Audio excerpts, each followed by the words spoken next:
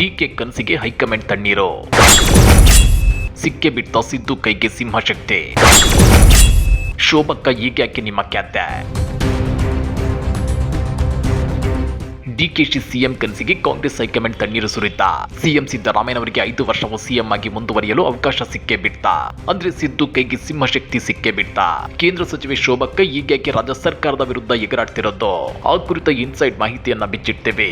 ಆದ್ರೆ ಅದಕ್ಕಿಂತ ಮೊದಲು ಹಲೋ ಕನ್ನಡ ಯೂಟ್ಯೂಬ್ ಚಾನಲ್ ಅನ್ನ ಸಬ್ಸ್ಕ್ರೈಬ್ ಮಾಡ್ಕೊಳ್ಳಿ. ಹಾಗೇನೇ ಪಕ್ಕದಲ್ಲಿರೋ ಬೆಲ್ ಬಟನ್ ಅನ್ನು ಪ್ರೆಸ್ ಮಾಡಿ. ರಾಜ್ಯ ಕಾಂಗ್ರೆಸ್ನಲ್ಲಿ ನಡೆಯುತ್ತಿರುವ ನಾಯಕತ್ವ ಬದಲಾವಣೆ ಗೊಂದಲ ಹೈಕಮಾಂಡ್ ನಾಯಕರಿಗೂ ತಲೆನೋವನ್ನುಂಟು ಮಾಡಿದೆ. 2 ಬಣಗಳು ತೆರೆಮರೆಯಲ್ಲಿ ನಡೆಸುತ್ತಿರುವ ತಂತ್ರಗಾರಿಕೆಯ ಪರಿಣಾಮಗಳನ್ನು ನಿಭಾಯಿಸುವುದು ಹೈಕಮಾಂಡ್ ನಾಯಕರಿಗೆ ಸವಾಲಾಗಿದೆ.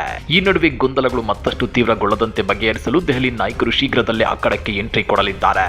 2023ರಲ್ಲಿ ಕಾಂಗ್ರೆಸ್ ಭರ್ಜರಿ ಬಹುಮತದಿಂದ ರಾಜ್ಯದಲ್ಲಿ ಅಧಿಕಾರದ ಚುಕ್ಕಾಣಿ ವಹಿಸಿಕೊಂಡಿದೆ. ಸರ್ಕಾರಕ್ಕೆ ನವೆಂಬರ್ ತಿಂಗಳಲ್ಲಿ 2.5 ವರ್ಷ ತುಂಬಲಿದೆ. ಆದ್ರೆ ಅನಿರೀಕ್ಷಿತ ಅಭಿವೃದ್ಧಿ ಕೆಲಸ ಕಾರ್ಯಗಳು ನಡೆದಿಲ್ಲ. ಗ್ಯಾರಂಟಿ ಯೋಜನೆಗಳ ಜಾರಿ ಹೊರತಾಗಿ ಇತರೆ ಅಭಿವೃದ್ಧಿ ಕೆಲಸ ಕಾರ್ಯಗಳಲ್ಲಿ ನಿರೀಕ್ಷಿತ ಪ್ರಗತಿ ಕಂಡಿಲ್ಲ. ಇಲಾಖಾವಾರು ಅನುದಾನಗಳ ಸದ್ಬಳಕೆಯಾಗಿಲ್ಲ. ಸರ್ಕಾರದ ಬಗ್ಗೆ ಕೆಲವು ಶಾಸಕರೇ ಅಸಮಾಧಾನ ಹೊರಹಾಕಿದ್ದಾರೆ. ಇಂತಹ ಸಂದರ್ಭದಲ್ಲಿ ನಾಯಕತ್ವ ಬದಲಾವಣೆ ಹಾಗೂ ಸಂಪುಟ ಪುನರ್ರಚನೆ ವಿಚಾರವಾಗಿ ಕಾಂಗ್ರೆಸ್ ಹೈಕಮಾಂಡ್ ಎಚ್ಚರಿಕೆಯ ಹೆಜ್ಜೆ ಇಡಬೇಕಾಗಿದೆ. ಹೈಕಮಾಂಡ್ ತೆಗೆದುಕೊಳ್ಳುವ ತೀರ್ಮಾನಗಳು 2028ರ ವಿಧಾನಸಭೆ ಚುನಾವಣೆ ಮೇಲೆ ಪರಿಣಾಮ ಬೀರಬಹುದು ಅನ್ನೋ ಲೆಕ್ಕಾಚಾರ ಇದರ ಹಿಂದಿದೆ. ಪರಿಸ್ಥಿತಿ ಹೀಗಿರುವಾಗಲೇ ಸಿದ್ದರಾಮಯ್ಯ ಅಗತ್ಯ ಕಾಂಗ್ರೆಸ್ ಪಕ್ಷಕ್ಕಿದೆ. ಹೀಗಾಗಿ 2028ರವರೆಗೆ ಯಾವುದೇ ಬದಲಾವಣೆ ಬೇಡ ಅನ್ನೋ ಅಭಿಪ್ರಾಯವನ್ನ ಸಿದ್ದರಾಮಯ್ಯ ಆಪ್ತರು ಮೂಡಿಸುವ ಪ್ರಯತ್ನ ನಡೆಸುತ್ತಿದ್ದಾರೆ. ಹಾಗಾದ್ರೆ ಸಿದ್ದರಾಮಯ್ಯ ನಾಯಕತ್ವ ಯಾಕೆ ಮುಂದುವರಿಯಬೇಕು? ಈ ಬಗ್ಗೆ ಸಿದ್ದು ಆಪ್ತರು ಕೊಡ್ತಾ ಇರೋ ರೀಸನ್ ಆದ್ರೂ ಏನ್ ಗೊತ್ತಾ? ಅದನ್ನ ಒಂದೊಂದಾಗಿ ತೋರಿಸ್ತೀವಿ ನೋಡಿ. ಸಿದ್ದು ಅನಿವಾರ್ಯತೆ ರೀಸನ್ ನಂಬರ್ 1. ಸಿದ್ದರಾಮಯ್ಯ ಅವರಿಗೆ ಅಹಿಂದ ವರ್ಗದ ಬೆಂಬಲವಿದೆ. ರಾಜ್ಯದಲ್ಲಿ ಅಹಿಂದ ರಾಜಕಾರಣಕ್ಕೆ ದಿಕ್ಕು ದೆಸೆಯನ್ನ ತೋರಿಸಿದ್ದು ಸಿದ್ದರಾಮಯ್ಯ. ಕಾಂಗ್ರೆಸ್ ಪಕ್ಷಕ್ಕೆ ಅಹಿಂದ ವರ್ಗದ ಪೂರ್ಣ ಬೆಂಬಲವಿದೆ. ಸಿದ್ದರಾಮಯ್ಯ ಕಾರಣದಿಂದ ಈ ವರ್ಗ ಕಾಂಗ್ರೆಸ್ ಪಕ್ಷವನ್ನ ಆಶ್ರಯಿಸಿದೆ. ಅಹಿಂದ ಶಕ್ತಿ ತನ್ನ ಬೆನ್ನಿಗೆ ಎಷ್ಟರ ಮಟ್ಟಿಗೆ ಇದೆ ಅನ್ನೋದನ್ನ ಸಿದ್ದರಾಮೋತ್ಸವದ ಮೂಲಕ ಅವರು ಪ್ರದರ್ಶನ ಮಾಡಿದ್ರು. ಈ ಕಾರ್ಯಕ್ರಮಕ್ಕೆ ಸ್ವತಃ ರಾಹುಲ್ ಗಾಂಧಿ ಅವರು ಆಗಮಿಸಿದ್ರು. ಈ ನಿಟ್ಟಿನಲ್ಲಿ ಸಿದ್ದರಾಮಯ್ಯ ಅಧಿಕಾರದಲ್ಲಿ ಮುಂದುವರೆದ್ರೆ ಅಹಿಂದ ವರ್ಗದ ಬೆಂಬಲವು ಕಾಂಗ್ರೆಸ್ಗೆ ಇರಲಿದೆ. ಸಿದ್ದರಾಮಯ್ಯ ಹೊರತಾಗಿ ಅಹಿಂದ ವರ್ಗಕ್ಕೆ ನಾಯಕತ್ವ ನೀಡಬಲ್ಲ ಪ್ರಭಾವಿ ನಾಯಕರು ಕಾಂಗ್ರೆಸ್ನಲ್ಲಿ ಇಲ್ಲ ಅನ್ನೋದು ವಾಸ್ತವ. ಸಿದ್ದು ಅನಿವಾರ್ಯತೆ ರೀಸನ್ ನಂಬರ್ 2. ಸಿದ್ದರಾಮಯ್ಯನವರಿಗೆ ಹಿರಿತನ ಹಾಗೂ ಆಡಳಿತದ ಅನುಭವವೂ ಇದೆ. ಸುದೀರ್ಘ 40 ವರ್ಷಗಳ ಕಾಲ ರಾಜಕಾರಣ ಮಾಡಿದವರು. ತಾಲೂಕು ಬೋರ್ಡ್ನಿಂದ ಆರಂಭವಾದ ರಾಜಕೀಯ ಜರ್ನಿ 2 ಬಾರಿ ರಾಜ್ಯದ ಮುಖ್ಯಮಂತ್ರಿ ಆಗಿರುವ ಹಂತಕ್ಕೆ ತಲುಪಿದೆ. ರಾಜ್ಯ ರಾಜಕಾರಣದ ವಿವಿಧ ಮಜಲುಗಳನ್ನ ಅವರು ನೋಡಿದ್ದಾರೆ. ಆಡಳಿತದ ಒಳಸುಳಿವುಗಳು ಅವರಿಗೆ ಕರಗತವಾಗಿವೆ. ಹೀಗಿರುವಾಗ ರಾಜ್ಯವನ್ನ ಮುನ್ನಡೆಸಲು ಸಿದ್ದರಾಮಯ್ಯ ಅವರಂತಹ ಮುತ್ಸದ್ದಿ ರಾಜಕಾರಣಿಯ ಅಗತ್ಯ ಅನಿವಾರ್ಯತೆ ಕಾಂಗ್ರೆಸ್ ಪಕ್ಷಕ್ಕಿದೆ. ಸಿದ್ದು ಅನಿವಾರ್ಯತೆ ರೀಸನ್ ನಂಬರ್ 3. ಸಿದ್ದರಾಮಯ್ಯ ಅವರ ವಿರುದ್ಧ ಹೇಳಿಕೊಳ್ಳುವಂತಹ ಗಂಭೀರ ಸ್ವರೂಪದ ಭ್ರಷ್ಟಾಚಾರದ ಆರೋಪಗಳಿಲ್ಲ. ಮೂಡ ಹಗರಣ ಸಿದ್ದರಾಮಯ್ಯನವರಿಗೆ ಒಂದಿಷ್ಟು ಹಿನ್ನಡೆಯನ್ನುಂಟು ಮಾಡಿತ್ತು. ಹೈಕಮಾಂಡ್ ನಾಯಕರಿಗೂ ಮೂಡ ಹಗರಣದ ವಿವರ ತಲುಪಿತ್ತು.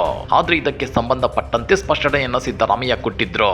ನಂತರದಲ್ಲಿ ಕಾಂಗ್ರೆಸ್ ಹೈಕಮಾಂಡ್ ಕೂಡ ಸಿದ್ದರಾಮಯ್ಯ ಅವರ ಬೆನ್ನಿಗೆ ನಿಂತಿತ್ತು. ಮೂಡ ಹೊರತಾಗಿ ಇತರೆ ಆರೋಪಗಳು ಸಿದ್ದರಾಮಯ್ಯ ಅವರ ವಿರುದ್ಧ ಕೇಳಿ ಬಂದಿಲ್ಲ. ಹೀಗಾಗಿ ಇದು ಅವರಿಗೆ ಪ್ಲಸ್ ಪಾಯಿಂಟ್ ಆಗಿದೆ. ಸಿದ್ದು ಅನಿವಾರ್ಯತೆ ರೀಸನ್ ನಂಬರ್ 4. ಸಿದ್ದರಾಮಯ್ಯನವರಿಗೆ ಕಾಂಗ್ರೆಸ್ನಲ್ಲಿ ಶಾಸಕರ ಬೆಂಬಲ ದೊಡ್ಡ ಪ್ರಮಾಣದಲ್ಲಿದೆ. ಸಿದ್ದರಾಮಯ್ಯ ಶಾಸಕರ ವಿಶ್ವಾಸವನ್ನ ಗಳಿಸುವಲ್ಲಿ ಯಶಸ್ವಿಯಾಗಿದ್ದಾರೆ. ಇದಕ್ಕೆ ಅನೇಕ ಕಾರಣಗಳು ಕೂಡ ಇವೆ. ಹೀಗಾಗಿಯೇ ಸಿದ್ದರಾಮಯ್ಯನವರು ಮುಖ್ಯಮಂತ್ರಿಯಾಗಿ ಮುಂದುವರಿಯಬೇಕು ಅನ್ನೋ ನಿಟ್ಟಿನಲ್ಲಿ ಬಹುತೇಕ ಶಾಸಕರು ಅಭಿಪ್ರಾಯ ಹೊಂದಿದ್ದಾರೆ. ಸಿದ್ದರಾಮಯ್ಯ ಅವರ ಪರವಾಗಿ ಬ್ಯಾಟಿಂಗ್ ಮಾಡಲು ಶಾಸಕರು ಸಿದ್ಧರಿದ್ದಾರೆ.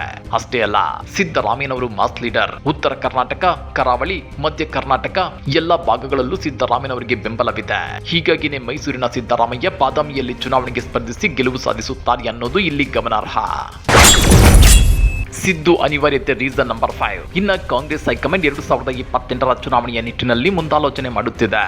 2023ರಲ್ಲಿ ರಾಜ್ಯದಲ್ಲಿ ಕಾಂಗ್ರೆಸ್ ಭರ್ಜರಿಯಾಗಿ ಗೆಲುವನ್ನು ಸಾಧಿಸಿದೆ. ಆದ್ರೆ 2028 ಕಾಂಗ್ರೆಸ್ ಪಾಲಿಗೆ ಅಷ್ಟೊಂದು ಸುಲಭವಲ್ಲ. ಹೀಗಾಗಿ ಸಿದ್ದರಾಮಯ್ಯ ಅವರ ನಾಯಕತ್ವ ಕಾಂಗ್ರೆಸ್ಗೆ ಅಗತ್ಯವಾಗಿದೆ. ಬಿಜೆಪಿಯ ತಂತ್ರಗಾರಿಕೆಯ ವಿರುದ್ಧ ಜನರ ಗಮನ ಸೆಳೆದು ಪರ್ಯಾಯ ತಂತ್ರಗಾರಿಕೆ ರೂಪಿಸುವ ಶಕ್ತಿ ಹಾಗೂ ಮತದಾರರನ್ನ ಸೆಳೆಯುವ ಶಕ್ತಿ ಸಿದ್ದರಾಮಯ್ಯನವರಿಗಿದೆ. ಹಾಗಾಗಿ ಈ ನಿಟ್ಟಿನಲ್ಲಿ ಹೈಕಮಾಂಡ್ ಎಚ್ಚರಿಕೆಯ ಹೆಜ್ಜೆ ಇಡಲಿದೆ. ಒಂದು ವೇಳೆ ಸಿಎಂ ಸ್ಥಾನ ಬದಲಾವಣೆ ಮಾಡಿದರೆ ಅದರ ಪರಿಣಾಮಗಳು ಭವಿಷ್ಯದಲ್ಲಿ ಸಮಸ್ಯೆ ಸೃಷ್ಟಿಗೆ ಕಾರಣವಾಗಬಹುದು. ಈ ಎಲ್ಲ ಆಯಾಮಗಳಲ್ಲಿ ಕಾಂಗ್ರೆಸ್ ಹೈಕಮಾಂಡ್ ಯೋಚನೆ ಮಾಡಲಿದೆ. ಮತ್ತೊಂದು ಕಡೆ ಡಿಸಿಎಂ ಡಿಕೆಶಿ ಮೂಲ ಕಾಂಗ್ರೆಸ್ಸಿಗರು ಮತ್ತು ಆಕ್ರಮಣಕಾರಿ ನಾಯಕತ್ವವನ್ನ ಹೊಂದಿದ್ದಾರೆ. ಪಕ್ಷಕ್ಕೆ ಸಂಪನ್ಮೂಲವನ್ನ ಒದಗಿಸಿಕೊಡಬಲ್ಲ ಶಕ್ತಿಯನ್ನು ಹೊಂದಿದ್ದಾರೆ. 2023ರಲ್ಲಿ ಕೆಪಿಸಿಸಿ ಅಧ್ಯಕ್ಷರಾಗಿದ್ದು ಕಾಂಗ್ರೆಸ್ ಪಕ್ಷವನ್ನ ಅಧಿಕಾರಕ್ಕೆ ತಂದಿದ್ದಾರೆ ಅನ್ನೋ ಇಮೇಜ್ ಅವರಿಗಿದೆ. ಎಲ್ಲಕ್ಕಿಂತ ಮುಖ್ಯವಾಗಿ ಹೈಕಮಾಂಡ್ಗೆ ನಿಷ್ಠಾವಂತ ನಾಯಕ. ಪಕ್ಷಕ್ಕೆ ಟ್ರಬಲ್ ಎದುರಾದಾಗಲೆಲ್ಲ ಟ್ರಬಲ್ ಶೂಟರ್ ಆಗಿ ಕೆಲಸ ಮಾಡಿದ್ದಾರೆ. ಅಧಿಕಾರ ಹಂಚಿಕೆಯ ಬಗ್ಗೆ ಹೈಕಮಾಂಡ್ ಡಿಕೆಶಿಗೆ ಮಾತು ಕೊಟ್ಟಿರೋ ಸಾಧ್ಯತೆಯೂ ಇದೆ. ಆದ್ರೆ ಇದೆಲ್ಲದರ ಮಧ್ಯೆ ಡಿಕೆಶಿಗೆ ಹೆಚ್ಚು ಶಾಸಕರ ಬೆಂಬಲ ಇಲ್ಲ ಅನ್ನೋ ಮಾತುಗಳು ಕೇಳಿ ಬರ್ತಿವೆ. ಹಾಗೇನೆ ಡಿಕೆಶಿ ಸಿಎಂ ಆದ್ರೆ ಕೇಂದ್ರ ಸರ್ಕಾರ ಇವರ ಹಳೆ ಕೇಸುಗಳನ್ನ ಕೆದಕಿ ತೆಗೆಯಬಹುದು. ಐಟಿ, ಇಡಿ ಮತ್ತು ಸಿಬಿಐ ಅಸ್ತ್ರಗಳನ್ನು ಜಲ್ಪಿಸಿದರೆ ಸರ್ಕಾರದ ಮಾನ ಮರ್ಯಾದೆ ಮಣ್ಣು ಪಾಲಾಗುತ್ತೆ ಅನ್ನೋ ಭೀತಿ ಕಾಂಗ್ರೆಸ್ ಹೈಕಮಾಂಡ್ ನಾಯಕರನ್ನ ಕಾಡ್ತಿದೆ. ಹೀಗಾಗಿ ಡಿಕೆಶಿಗೆ ಸಿಎಂ ಪಟ್ಟವನ್ನ ಬಿಟ್ಟು ಕೊಡಬೇಕಾದ್ರೆ ಹೈಕಮಾಂಡ್ 1000 ಸಲ ಯೋಚನೆ ಮಾಡಬೇಕಾಗಿದೆ. ಸಿಎಂ ಸಿದ್ದರಾಮಯ್ಯ ನವೆಂಬರ್ 15ರಂದು ದಿಲ್ಲಿಗೆ ತೆರಳಲಿದ್ದಾರೆ. ದಿಲ್ಲಿಯಲ್ಲಿ ಖಾಸಗಿ ಕಾರ್ಯಕ್ರಮದ ನಿಮಿತ್ತ ಅವರು ಹೋಗುತ್ತಿದ್ರು ಹೈಕಮಾಂಡ್ ನಾಯಕರನ್ನ ಭೇಟಿ ಮಾಡಲಿದ್ದಾರೆ. ಈ ಸಂದರ್ಭದಲ್ಲಿ ರಾಜ್ಯ ರಾಜಕಾರಣದ ಮುಂದಿನ ನಡೆಯ ಬಗ್ಗೆ ಒಂದಿಷ್ಟು ಗೊಂದಲ ಬಗೆಹರಿಯುವ ಸಾಧ್ಯತೆ ಇದೆ. ಆನಂತರ ರಾಹುಲ್ ಗಾಂಧಿ ಅವರು ರಾಜ್ಯಕ್ಕೆ ಆಗಮಿಸಲಿದ್ದಾರೆ. ಈ ವೇಳೆ ಸಿಎಂ ಸಿದ್ದರಾಮಯ್ಯ ಹಾಗೂ ಡಿಸಿಎಂ ಡಿಕೆ ಶಿವಕುಮಾರ್ ಪ್ರತ್ಯೇಕವಾಗಿ ಮಾತುಕತೆ ನಡೆಸುವ ಸಾಧ್ಯತೆಯೂ ಇದೆ. ಹಾಗಾಗಿ ನವೆಂಬರ್ ಅಂತ್ಯದೊಳಗೆ ಕಾಂಗ್ರೆಸ್ನಲ್ಲಿ ಮೋಡ ಕವಿದ ವಾತಾವರಣ ತಿಳಿಯಾಗುವ ಲಕ್ಷಣಗಳು ಕಾಣ್ತಿವೆ. ಈ ಎಲ್ಲ ಹಿನ್ನೆಲೆಯಲ್ಲಿ ಹೈಕಮಾಂಡ್ ಅಳೆದು ತೂಗಿ ಹೆಜ್ಜೆ ಇಡುವ ಸಾಧ್ಯತೆ ಇದೆ. ಕಿಲ್ಲರ್ ಕಾಂಗ್ರೆಸ್ನಿಂದ ರಾಜ್ಯದಲ್ಲಿ ಮಹಿಳೆಯರಿಗೆ ರಕ್ಷಣೆ ಇಲ್ಲ. ಕೇಂದ್ರ ಸಚಿವೆ ಶೋಭಾ ಕರಂದ್ಲಾಜೆ ವಾಗ್ದಾಳಿ.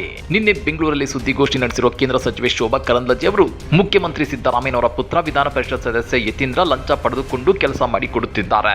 ಸಿಎಂ ಮನೆಯಲ್ಲಿ ಭ್ರಷ್ಟಾಚಾರ ಅವರ ಮೂಗಿನ ನೇರಕ್ಕೆ ನಡೆಯುತ್ತಿದೆ ಅಂತೇಳಿ ಗಂಭೀರ ಆರೋಪ ಮಾಡಿದ್ದಾರೆ. ಜೊತೆಗೆ ರಾಜ್ಯದಲ್ಲಿ ಮಹಿಳೆಯರಿಗೆ ರಕ್ಷಣೆ ಇಲ್ಲದಂತಾಗಿದೆ. ನೀವು ಯಾರನ್ನಾದ್ರೂ ಮುಖ್ಯಮಂತ್ರಿ ಮಾಡಿ, ಆದ್ರೆ ಮಹಿಳಾ ರಕ್ಷಣೆ ನಿಮ್ಮ ಆದ್ಯತೆಯಾಗಿರ್ಲಿ ಅಂತೇಳಿ ಕೇಂದ್ರ ಸಚಿವೆ ಶೋಭಾ ಕರಂದ್ಲಾಜೆ ಒತ್ತಾಯಿಸಿದ್ದಾರೆ.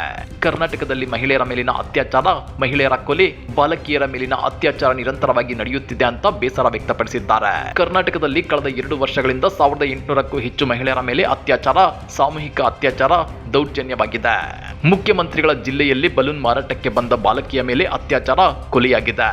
ಹುಬ್ಬಳ್ಳಿಯಲ್ಲಿ ನೇಹಾ ಕೊಲೆ ನಡೆಯಿತು ಅಂತೇಳಿ ಶೋಭಾ ಕರಂದ್ಲಾಜೆ ಅವರು ಸ್ಪಷ್ಟನೆ ಕೊಟ್ಟಿದ್ದಾರೆ. ಕರ್ನಾಟಕದಲ್ಲಿ ಕಾಂಗ್ರೆಸ್ ಸರ್ಕಾರ ಬಂದೊಡನೆ ಬೆಳಗಾವಿಯಲ್ಲಿ ಅಧಿವೇಶನ ನಡೆಯುತ್ತಿದ್ದಾಗ ಬೆಳಗಾವಿ ನಗರದಲ್ಲಿ ಮಹಿಳೆಯನ್ನ ವಿವಸ್ತ್ರಗೊಳಿಸಿ ದೌರ್ಜನ್ಯ ನಡೆದಿತ್ತು ಅಂತಾನು ಗಮನ ಸೆಳೆದಿದ್ದಾರೆ. ಗೃಹ ಸಚಿವರು ಕೆಲಸ ಮಾಡುತ್ತಿದ್ದಾರೆಯೇ, ಜಿಲ್ಲೆಗಳಲ್ಲಿ ಪೊಲೀಸ್ ಅಧಿಕಾರಿಗಳೊಂದಿಗೆ ಸಭೆ ನಡೆಸುತ್ತಿದ್ದಾರೆಯೇ ಅಥವಾ ಬೆಂಗಳೂರು ಮತ್ತು ತುಮಕೂರು ಹೊರತುಪಡಿಸಿ ಯಾವುದೇ ಜಿಲ್ಲೆಗಳಿಗೆ ಭೇಟಿ ನೀಡುತ್ತಿದ್ದಾರೆಯೇ ಅನ್ನೋದು ತಿಳಿಯುತ್ತಿಲ್ಲ ಅಂತೇಳಿ ಹೇಳಿದ್ದಾರೆ. ಅಷ್ಟೇ ಅಲ್ಲ, ಬೆಂಗಳೂರಲ್ಲಿ ಉಪನ್ಯಾಸಕರಿಂದ ಅತಿಥಿ ಉಪನ್ಯಾಸಕರ ಮೇಲೆ ಅತ್ಯಾಚಾರ ನಡೆಯುತ್ತಿದೆ. ಮೂಡುಬಿದಿರೆಯ ಉಪನ್ಯಾಸಕರು ಬೆಂಗಳೂರಿಗೆ ವಿದ್ಯಾರ್ಥಿನಿಯನ್ನ ಕರೆದುಕೊಂಡು ಬಂದು ಅತ್ಯಾಚಾರ ಮಾಡ್ತಾರೆ. ಮಲತಂದೆ ತನ್ನ ಮಗಳ ಮೇಲೆ ಅತ್ಯಾಚಾರವೆಸಗುತ್ತಾನೆ. ಕೆಲಸ ಹುಡುಕಿಕೊಂಡು ಬಂದ ಬಿಹಾರದ ಕುಟುಂಬ ಮತ್ತು ಒಡಿಶಾದ ಕುಟುಂಬದ ಮಕ್ಕಳು ಓಡಾಡುತ್ತಿದ್ರೆ ಅವರನ್ನ ಎತ್ತಿಕೊಂಡು ಹೋಗಿ ಅತ್ಯಾಚಾರ ಮಾಡುತ್ತಾರೆ. ಕರ್ನಾಟಕ ಬೆಂಗಳೂರಲ್ಲಿ ಈ ಧೈರ್ಯ ಹೇಗೆ ಬಂತು? ಇದಕ್ಕೆಲ್ಲ ಸರ್ಕಾರ ಸತ್ತಿರೋದೇ ಕಾರಣ ಅಂತೇಳಿ ಸಚಿವೆ ಶೋಭಾ ಕರಂದ್ಲಾಜೆ ಹೇಳಿದ್ದಾರೆ. ಕರ್ನಾಟಕದ ಮಹಿಳೆಯರ ಬಗ್ಗೆ ಮತ್ತು ಇಲ್ಲಿನ ಜನರ ಬಗ್ಗೆ ಸಚಿವೆ ಶೋಭಾ ಕರಂದ್ಲಾಜೆ ಅವರಿಗಿರೋ ಕಾಳಜಿಯನ್ನ ಒಪ್ಪಿಕೊಳ್ಳೋಣ. ಆದ್ರೆ ಮಣಿಪುರದಲ್ಲಿ ಹಲವು ತಿಂಗಳುಗಳ ಕಾಲ ಕೊಲೆ, ಹಿಂಸಾಚಾರಗಳು ನಡೆದಾಗ ಭಾರತ ಸರ್ಕಾರದ ಸಚಿವೆಯಾಗಿರೋ ಶೋಭಾ ಕರಂದ್ಲಾಜೆ ಸುಮ್ಮನಿದ್ದಕ್ಕೆ? ಮಣಿಪುರಕ್ಕೆ ಮಣಿಪುರವೇ ದಗದಗ ಹೊತ್ತಿ ಉರಿದು ಅಲ್ಲಿನ ಬುಡಕಟ್ಟು ಮಹಿಳೆಯರ ಬೆತ್ತಲ ಮೆರವಣಿಗೆ, ಗ್ಯಾಂಗ್ ರೇಪ್ಗಳು ನಡೆದಾಗ ಸಚಿವೆ ಶೋಭಾ ಕರಂದ್ಲಾಜೆ ಅವರು ಅದನ್ನ ಕನಿಷ್ಠ ಅದಕ್ಕೆ ಖಂಡಿಸುತ್ತೇನೆ ಅಂತ ಹೇಳಿರಲಿಲ್ಲ. ಕರ್ನಾಟಕದಲ್ಲಿ ಕಾಂಗ್ರೆಸ್ ಸರ್ಕಾರ ಇರೋ ಕಾರಣಕ್ಕೆ ಶೋಭಾ ಕರಂದ್ಲಾಜೆ ಅವರು ಕೇವಲ ರಾಜಕೀಯವಾಗಿ ವಾಗ್ದಾಳಿ ನಡೆಸುತ್ತಿರೋದು ಇಲ್ಲಿ ಸ್ಪಷ್ಟವಾಗಿ ಎದ್ದು ಕಾಣ್ತಿದೆ. ಹಾಗಾದ್ರೆ ಸಚಿವೆ ಶೋಭಾ ಕರಂದ್ಲಾಜೆ ಅವರು ಕೋಟ್ ಮಾಡಿರೋ ಈ ವಿಷಯಗಳ ಬಗ್ಗೆ ಕರ್ನಾಟಕ ಸರ್ಕಾರ ಅದೇಕೆ ಗಮನ ಹರಿಸುತ್ತಿಲ್ಲ? ಸಿದ್ದು ಮತ್ತು ಡಿಕೆಶಿ ಮಧ್ಯೆ ಅಧಿಕಾರ ಹಂಚಿಕೆಯ ಜಟಾಪಟಿಯಲ್ಲಿ ರಾಜ್ಯದ ಅಭಿವೃದ್ಧಿಯನ್ನ ಸರ್ಕಾರ ಮರ್ತಿದೆಯಾ? ಸಿದ್ದರಾಮಯ್ಯ ಸಿಎಂ ಕುರ್ಚಿಯಲ್ಲಿ ಮುಂದುವರಿಯುತ್ತಾರಾ? ಇಲ್ಲ ನವೆಂಬರ್ ಅಂತ್ಯದ ವೇಳೆಗೆ ಡಿಕೆಶಿಗೆ ಸಿಎಂ ಹುದ್ದೆಯನ್ನ ಬಿಟ್ಟುಕೊಡ್ತಾರಾ? ಕಮೆಂಟ್ ಮಾಡಿ, ವಿಡಿಯೋ ಲೈಕ್ ಮಾಡಿ, ಶೇರ್ ಮಾಡಿ. ಇಂಥ ಮತ್ತಷ್ಟು ರೋಚಕ ರಾಜಕೀಯ ಸುದ್ದಿಗಳನ್ನ ಮಿಸ್ ಮಾಡದೆ ನೋಡಬೇಕು ಅಂದ್ರೆ ಹಲೋ ಕನ್ನಡ ಯೂಟ್ಯೂಬ್ ಚಾನಲ್ ಅನ್ನ ಸಬ್ಸ್ಕ್ರೈಬ್ ಮಾಡ್ಕೊಳ್ಳಿ.